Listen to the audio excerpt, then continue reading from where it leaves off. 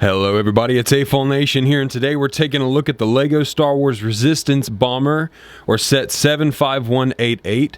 This is one of the first ships shown in The Last Jedi movie, and is an amazing ship from all aspects in my opinion. It seems like the designers took a lot of inspiration from the World War II B-52 bombers, which I'm also a huge fan of, so let's get right to it. I paid $110 for this set new. It comes with 5 minifigures, which are as follows: Paige Tico, Poe Dameron, 1 Resistance Bomber, and 1 Resistance Bomber Pilot, and then Vice Admiral Holdo. Now let's see how this holds up to the 3 categories that I gauge each ship against. Okay, so the first category we're going to look at is price. And for $110 retail price, which is also what I paid for it brand new, honestly, it's not that great of a deal. You only get 780 pieces. You do get 5 minifigures, but honestly, it doesn't feel like a ripoff because the detail in this ship is so good, the playability is amazing, and the sheer size of the ship, it feels like a $100 set to me personally. But we'll get into some more of the play features and detailing in the build. But I gotta say, for $110, it's a little pricey, but if you could get it on sale for $90 to $100 even, I would say get it, just because I've completely fallen in love with this set, and I'd recommend it to almost anybody. Okay, so the next category we're gonna be taking a look at is the build.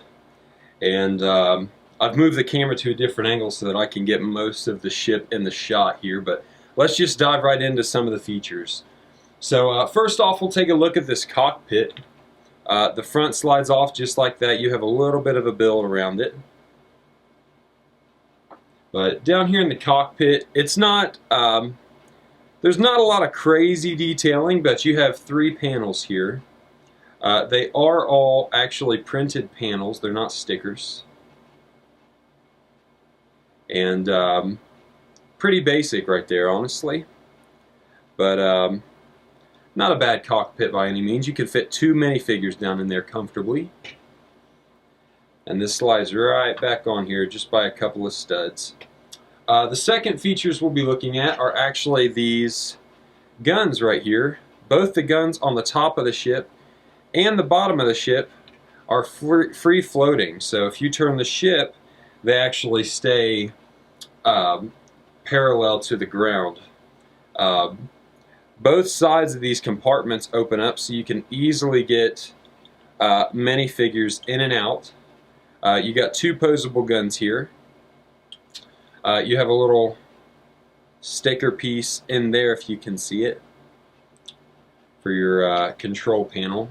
Both of these guns right here actually rotate 360 degrees, and they both have a stud shooter. Next, we'll take a look at the fuselage right here. This is actually a really cool part of the ship. So at a first glance, of course, you have this glass dome here where you can actually fit a minifigure down in there. Has a little seat, an actual seat built in there. But this whole panel right here actually just pulls off like so. And you can get a good look down in the interior there. You actually have a swivel chair right there. You have 2 places to store backpacks. You have another panel down in there, if you can see that. And it's pretty roomy space, so you can already fit 2 minifigures up here, a minifigure in each of these turrets, and at least 2 minifigures in here. So that's 6 minifigures altogether. You only get 5. I would have really appreciated if they had thrown in another like Resistance pilot or something so that you could actually have somebody in each seat, but that's fine. The next play feature we're going to be looking at is actually the coolest feature of the entire build, and actually this button right here releases these little bombs. And these things are, I don't know, they're kind of, they're not rubber, they're just kind of a soft plastic material, but pretty cool. I believe it comes with 5. We'll see here. Yep, comes with 6 actually. There you go. 6 bombs. And actually, to reload the ship, both panels here on each side of the ship fold up, and then you can actually just take each ball and throw it back down in there like so to load it up. So pretty cool feature there. Awesome play feature. So you already have stud shooters on the back facing backwards. You have actually these spring-loaded missiles on each side of the ship, which you guys know I always appreciate. They actually hid the function in this little bar right here. So when you push that down, it fires the missile. So the tails are completely hidden, which you guys know I love when they do that. So if you don't even put those in there, if you don't want to, you don't have to, and the ship doesn't look empty without it. It's just, I really appreciate it when they actually go the extra mile to hide the tails of those spring-loaded missiles. So one thing I also really like is how they use Technic tubes here to actually create like what looks like exhaust pipes. Here's a good shot of the engine area. Just awesome detailing altogether, all the way around the ship. I love it. Printed piece right there. Here's a good view of the front. You got some nice paneling there. Just all around a great ship, you know. These are stickers right here. They're a little hard to get right, but if you just take your time, it's no big deal at all.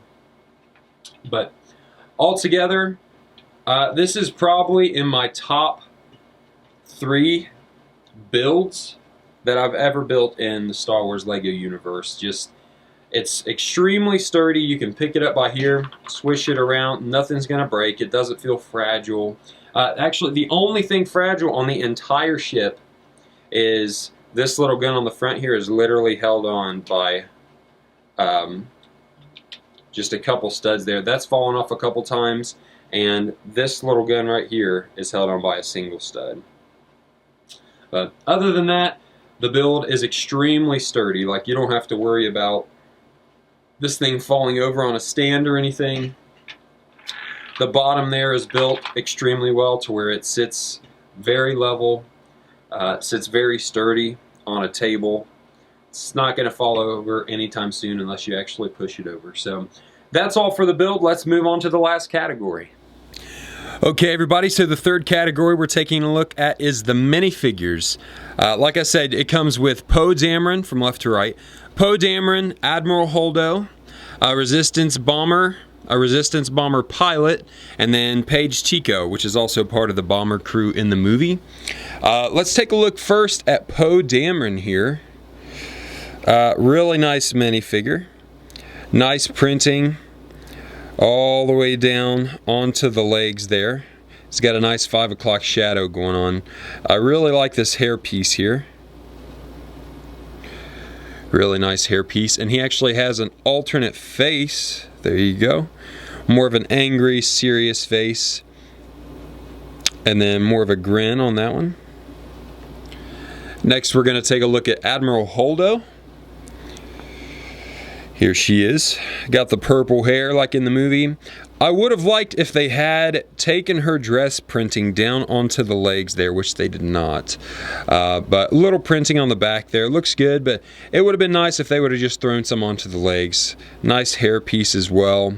And she also has a secondary face. Every figure in this set actually has another face. There's the one.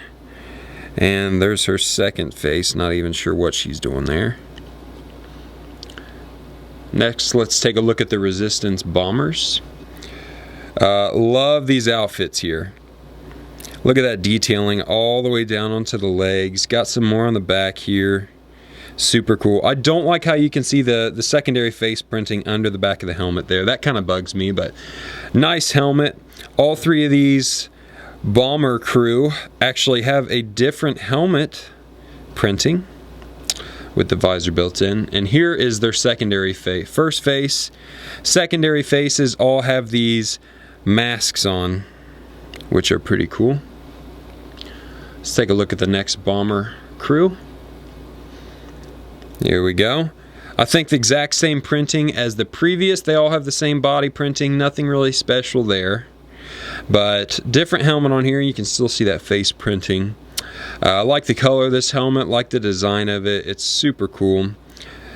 Standard Lego man face there. And then of course, he's got the mask on in the back. Go figure. Last, let's take a look at Paige Tico. Here she is. Like I said, same printing on the body. Nothing special there. Still see the printing under the helmet, of course, but different helmet printing, as you can see. And here is her main face and her secondary face, of course. If I can get it to focus, there we go. Awesome minifigures though, actually. I really like all the minifigures in this set. No complaints there. So let's go ahead and finish up the video. Okay everybody, so here we are at the end of the video already, and my final thoughts on this set are overall positive. The only real downside to this set is that $110 price tag. If you can get past paying that, I think you're getting a great set of minifigures. You are getting a phenomenal build.